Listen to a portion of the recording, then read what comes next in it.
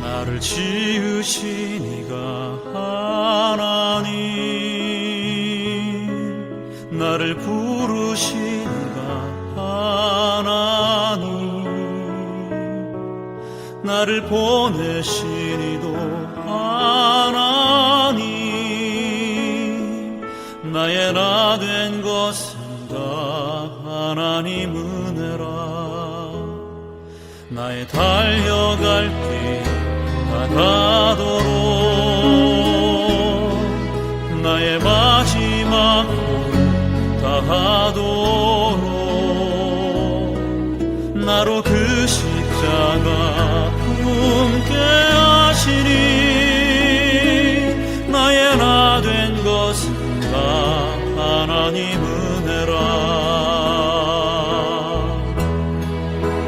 한량 없는 은혜, 갚을 길 없는 은혜, 내 삶을 내워 사는 하나님의 은혜. 나 주저함 없이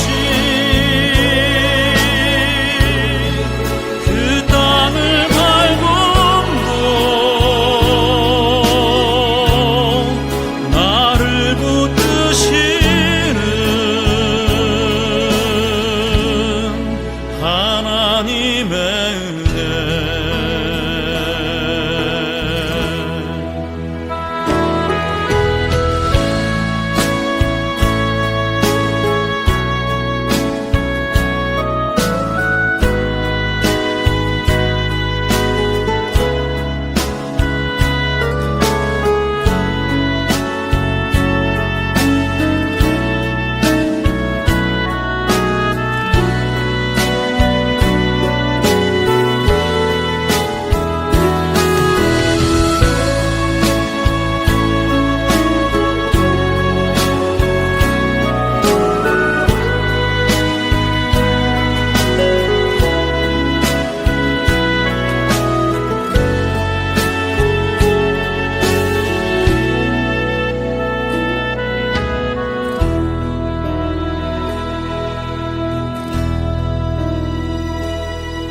나를 지으신 이가 하나님,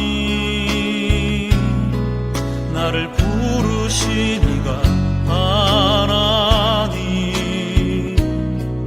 나를 보내신 이도 하나님, 나의 나 된 것은 다 하나님 은혜라. 나의 달려갈 길 다가도록, 나의 마지막 꿈 다하도록, 나로 그 십자가 품게 하시니, 나의 나 된 것은 다 하나님 은혜라. 한량없는 갚을 길 없는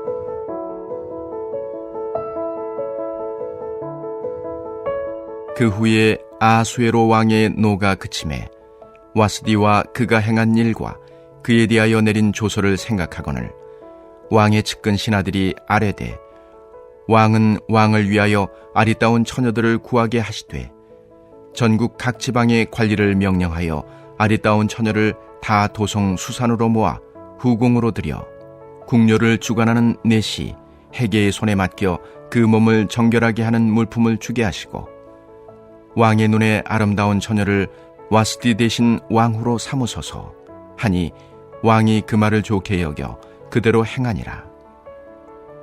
도성 수산에 한 유다인이 있으니 이름은 모르드게라. 그는 베냐민 자손이니 기스의 증손이요 시므이의 손자요 야일의 아들이라. 전에 바벨론 왕 느부갓네살이 예루살렘에서 유다 왕 여고냐와 백성을 사로잡아 갈 때에 모르드게도 함께 사로잡혔더라. 그의 삼촌의 딸 하다사 곧 에스더는 부모가 없었으나 용모가 곱고 아리따운 처녀라. 그의 부모가 죽은 후에 모르드게가 자기 딸같이 양육하더라. 왕의 조서와 명령이 반포되매 처녀들이 도성수산에 많이 모여 헤게의 수하에 나아갈 때에 에스더도 왕궁으로 이끌려가서 궁녀를 주관하는 헤게의 수하에 속하니 헤게가 이 처녀를 좋게 보고 은혜를 베풀어 몸을 정결하게 할 물품과 일용품을 곧 주며 또 왕궁에서 의뢰 주는 7 궁녀를 주고 에스더와 그 궁녀들을 후궁 아름다운 처소로 옮기더라. 에스더가 자기의 민족과 종족을 말하지 아니하니 이는 모르드게가 명령하여 말하지 말라 하였음이라. 모르드게가 날마다 후궁 뜰 앞으로 왕래하며 에스더의 안부와 어떻게 될지를 알고자 하였더라. 아멘. 할렐루야. 오늘도 하나님의 섭리하심 가운데 우리를 통해 펼치실 주님의 뜻을 기대하며 나아가는 모든 성도님들 위해 주님의 크신 은혜가 충만하기를 간절히 축복합니다. 에스더서는 여호와 하나님께서 등장하지 않으시며 언급되지도 않은 책으로 유명합니다. 하지만 페르시아에 살던 이스라엘 백성들을 돌보시고 구원하시는 하나님의 섭리를 분명하게 느낄 수 있습니다. 오늘 우리 가운데도 하나님이 일하시는 것 같지 않을 때도 그분의 섭리를 기꺼이 신뢰하고 아무리 상황이 어렵더라도 하나님께서는 약속하심을 이루신다는 확실한 믿음을 가지고 나아가는 저와 여러분이 되기를 이 시간 간절히 소망합니다. 오늘 본문 2장은 왕후 와스디가 폐위가 되고 약 3년의 시간이 흐른 뒤의 이야기입니다. 1절을 보면 아하수에로 왕의 노가 그쳤다고 나오고 있습니다.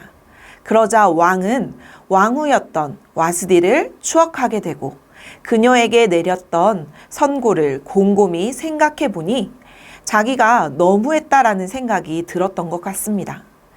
왕이 후회를 하고 있는 모습을 느꼈는지 2절에서는 왕의 측근 신하들이 새로운 왕후를 물색하라고 제안을 합니다. 왜냐하면 혹시라도 왕이 와스디를 다시 복권시키면 자신들이 왕후를 폐위시키라고 조언했던 일로 인해 위험에 처하게 될까봐 두려웠기 때문입니다. 그래서 새로운 왕후를 간택하라고 왕에게 조언한 것이지요. 자기들의 이득과 권력을 유지하려 왕에게 조언했던 자들은 끝까지 자기들의 이권을 지키고자 애씁니다. 그러나 하나님은 이러한 부조리한 상황까지도 사용하셔서 에스더가 후보에 뽑히게 하셨고 결국엔 왕후가 되어 유다인들을 구원하게 하려 하나님의 섭리를 이루어 가십니다. 그래서 우리는 이 에스더서를 읽어가면서 세상의 절대 권력들까지도 하나님의 지배 아래 있으며 하나님께서 자기 백성을 돌보시기 위해 베푸시는 섭리의 수단이 된다는 것을 이를 통해 알 수 있습니다. 또한 에스라와 느헤미야를 통해 예루살렘으로 귀환한 사람들을 통해서는 약속을 이루시는 하나님을 경험했다면 에스더는 귀환하지 않고 이방 땅에 정착해 사는 사람들에게도 동일한 관심을 갖고 계시다는 사실을 우리는 알 수가 있습니다. 사랑하는 전주 안디옥교회 성도 여러분, 하나님께서는 우리가 하나님의 자녀들이라면 우리가 어디에 있든지 어떠한 상황에 처하든지 언제나 지켜보고 계신다는 것을 기억하시기 바랍니다. 이 사실을 잊지 않고 날마다 살아가는 저와 여러분이 되기를 바랍니다. 이제 드디어 하나님이 페르시아 바사의 유다인들을 구원하시기 위해 선택하신 사람들을 등장시킵니다. 바로 모르드게와 에스더입니다. 5절과 6절에서는 모르드게의 조상을 장황하게 소개함으로써 그가 유다인이라는 정체성을 드러내고 있습니다. 모르드게는 베냐민 지파 사람으로 기스의 증손이었습니다. 기스는 바벨론 왕 느부갓네살이 예루살렘에서 유다 왕 여호와긴을 포로로 잡아올 때 함께 포로로 잡혀온 사람이었습니다. 그러니 아마도 모르드게는 페르시아에서 태어나고 자란 2세였던 것입니다. 그렇기 때문에 자신의 출생을 말하지 않는 한 모르드게가 유다인이라는 사실을 알 수가 없었을 것입니다. 그리고 그가 딸로 삼은 에스더 또한 자신의 출신을 숨길 수 있었습니다. 이어서 7절과 11절에는 에스더가 등장하고 있습니다. 용모가 곱고 아리따운 에스더는 새로운 왕후로 간택받기 위해 모여든 후보들 가운데 들어가게 됩니다. 에스더가 왕후가 되고자 자원했거나 모르드게가 에스더를 보낸 것으로 보이지는 않습니다. 왜냐하면 히브리어 본문에 이 문장이 수동형으로 쓰여져 있기 때문입니다. 그래서 어쩌면 에스더가 강제로 그 왕후 후보에 차출되었을지도 모릅니다. 어찌되었건 에스더는 궁녀를 관장하는 내시 헤게의 눈에 들게 됩니다. 헤게는 에스더를 좋게 보고 호의를 베풀었습니다. 미용품과 특별한 음식을 주었고 왕궁에서 뽑힌 7명의 하녀들을 붙여 후궁의 가장 좋은 곳으로 옮겨주기까지 했습니다. 우리는 일련의 이러한 과정들을 보며 유추합니다. 아, 이제 에스더가 왕후가 되겠구나. 그래서 성경이 이렇게 쓰여가고 있구나 예상을 합니다. 반면 모르드게는 헤게의 특별 대우를 받았다고 해서 에스더가 왕후가 될 거라는 생각은 하지 못했던 것 같습니다. 왜냐하면 에스더에게 유다인의 민족과 종족을 이야기하지 말라고 했고 또 얼마나 불안했으면 날마다 후궁들 앞으로 왕래하며 에스더의 안부와 또 어떻게 될지를 살폈기 때문입니다. 아마 우리도 이 에스더를 잊고 있는 독자가 아니라 그 역사 가운데 살아가고 있는 모르드게였다면 아마도 모르드게와 같은 행동을 하였을 것입니다. 지금 내 앞에 닥친 불안한 상황과 이해하지 못하는 환경 때문에 어찌할 바를 모르고 전전긍긍 거릴 수도 있습니다. 하지만 우리는 오늘 말씀을 통하여 하나님께서는 모든 과정 하나하나 주님의 섭리 가운데 이루어 가심을 깨달을 수 있습니다. 어느 하나도 허투루 하신 법이 없습니다. 아하수에로 왕의 분노가 사그러졌다는 것을 신하들이 눈치채게 했고 또 그에 맞게 신하들은 왕후 간택을 왕에게 이야기했으며 에스더가 후궁에 간택되었는데 하필 궁녀를 관장하는 내시 헤게의 눈에 들게 되었습니다. 그리고 이후 이어지는 에스더의 전반적인 내용을 우리가 알고 있듯이 이 모든 일이 하나님께서 간섭하지 않으셨다면 이루어지지 않을 일이었습니다. 하나님의 섭리 없이는 일어나지 않을 사건이었습니다. 아니 감히 상상도 할 수조차 없었던 일들이었겠지요. 오늘 우리의 삶에서도 하나님의 섭리가 함께 하심을 믿으시기를 바랍니다. 특별히 우리가 고난 가운데, 아픔 가운데, 억울함 가운데에도 그것들을 통한 하나님의 역사하심을 바라보시기 바랍니다. 우리는 감당하지 못하고 해결하지도 못하고 이해하지 못하고 견디기 힘들지라도 이것을 통해 하나님께서 역사하고 계심을 깨닫기 바랍니다. 그리고 기대하시기 바랍니다. 하나님께서 뜻을 어떻게 이루어 가실까? 내가 비록 지금 걷고 있는 이 길이 캄캄하여 앞이 보이지 않을지라도, 어떻게 손을 쓸 수 없을 만큼 힘든 상황일지라도 하나님께서는 주님의 뜻을 이뤄 가시리라는 소망을 가지고 담대하게 나아가시기를 바랍니다. 나를 통해 하실 일들을 믿음의 눈을 들어 보게 되는 놀라운 축복이 이 시간 말씀으로 하루를 여는 모든 성도님들에게 충만하시기를 간절히 축원합니다. 이 시간 함께 기도하겠습니다. 하나님의 섭리를 깨달아 알게 하시고 믿음의 눈을 들어 힘겨운 상황 속에서도 낙심하거나 좌절하지 않고 오직 주님만 바라보며 나아가게 하옵소서. 그리하여 하나님의 섭리 가운데 감사하며 나아가게 하옵소서라고 함께 기도하겠습니다. 우리 또 한 가지 기도할 제목은 다음 세대의 교회 건축을 위해 함께 기도하겠습니다.